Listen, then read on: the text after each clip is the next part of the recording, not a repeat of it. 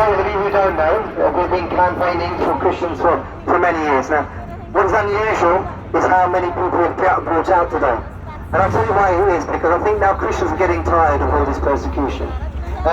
We'll all remember 2009, Chowdhry, 200 buildings burned down, 200 homes, 2 churches. None of those people returned to that village. The same thing happened in St. Joseph's Colony in 2014. We had about 100 homes burned down, 2 churches, again after false allegations of a blasphemy occurred. It's alarming how easy it is to allege that somebody has claimed that has undertaken a blasphemy.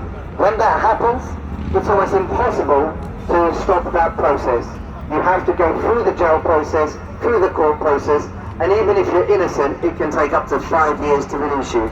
But that's the type of animosity we have in Pakistan, because there, Christians are like anathema. 86% of Christians work as sweepers, they work as cleaners, because the government will post adverts saying only Christians need apply. In modern times they're now saying minorities. They say that that's positive discrimination, and by giving work to Christians in this manner, they're ensuring they can feed themselves. But that's awful. And that's the treatment that continues. And we must remember that Pakistan has ratified the UN Convention for Human Rights.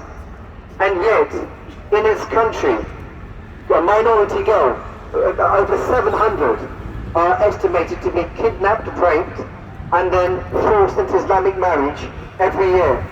That's a statistic from 2014 by Movement of Justice and Peace, a Muslim organisation.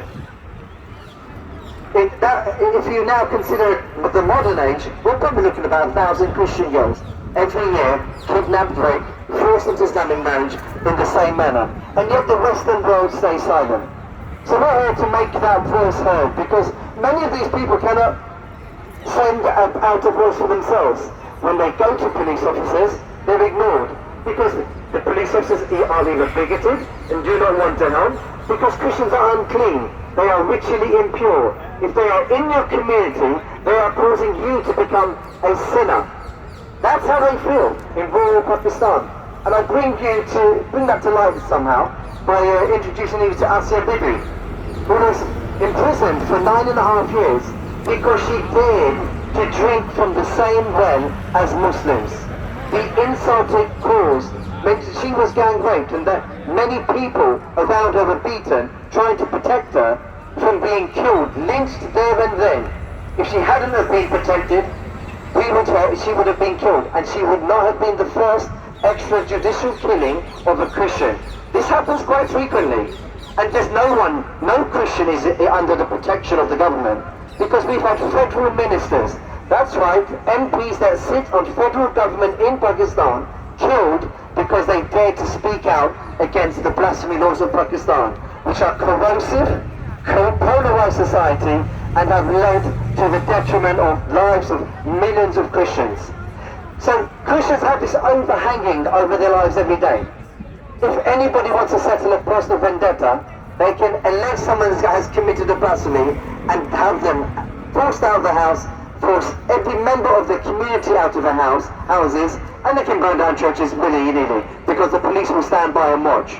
In the recent incident in Jaranwala, where 200 homes, by the way, were burned down, and at the moment it's estimated that 30 churches were burned, not 5, like Western media have said, 30 churches were burned down.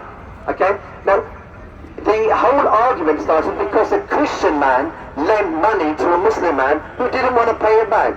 So what's the easiest way to wipe away your debt? Claim that a Christian has committed blasphemy. This is the disgusting and despicable way in which Christians are undermined, degraded, and live a life that is below the margins in Pakistan. And nothing is being done to change that. And let me explain a little bit about that for you.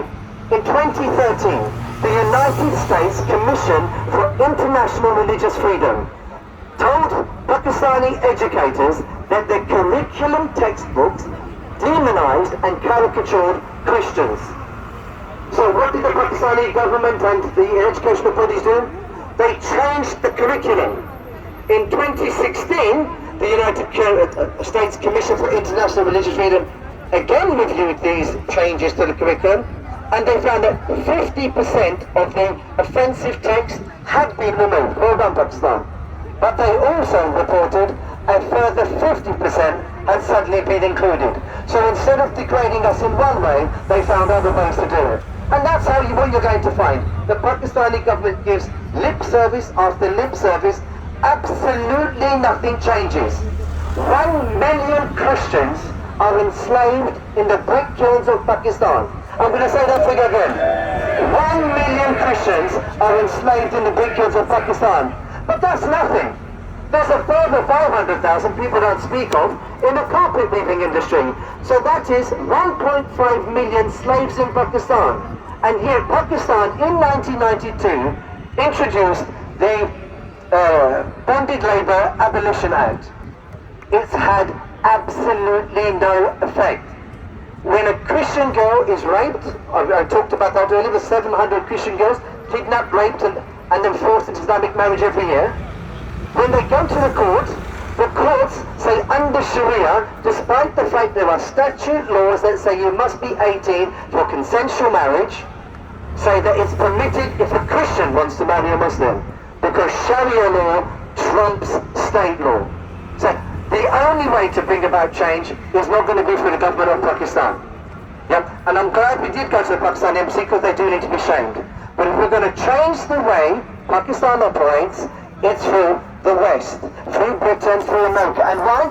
And I'll explain this to you. Only 1% of people in Pakistan, citizens of Pakistan, pay tax. If you don't believe me, I can show you a book written by Malia Lodi, former High Commissioner for Pakistan here in the UK. 1% of Pakistanis pay tax.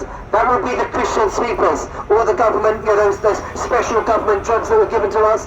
They're paying tax, okay? Pakistan depends on the US, it depends on America, it depends on Saudi Arabia, it depends on China, it depends on the rest of the world to finance its operation, to continue existing as a country. It cannot even afford to pay its own army, because it's just not taking enough taxes. So, if you want to bring about change, this is where we need to be bothering.